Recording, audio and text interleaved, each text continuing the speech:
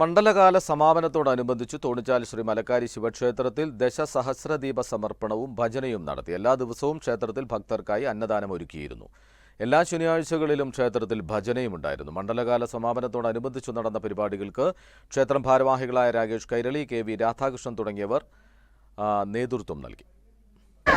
മലക്കാരി ശിവക്ഷേത്രത്തിൽ മണ്ഡലകാലം ആരംഭിച്ച അന്നു മുതൽ കഴിഞ്ഞ 40 ദിവസവും ഇവിടെ നിത്യവും ഉച്ചയ്ക്ക് അന്നദാനവും നടത്തുകയുണ്ടായിരുന്നു.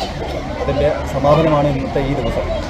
ഇന്നിവിടെ ഈ ദിവസത്തിൽ ഇന്ന് ഭജനയും അതേപോലെ തന്നെ ഈ സഹസ്രദീപ സമർപ്പണം, ദശസഹസ്രദീപ സമർപ്പണം വലിയൊരു ആഘോഷമായിട്ട് ഉണ്ടാകുന്നുണ്ട് ഈ പരിപാടി നടത്തിയിട്ടുള്ളത്. ഇന്നത്തെ പരിപാടി ഇന്നത്തെ ഭജനയോട് കൂടിയാണ് സമാപിക്കുന്നത്.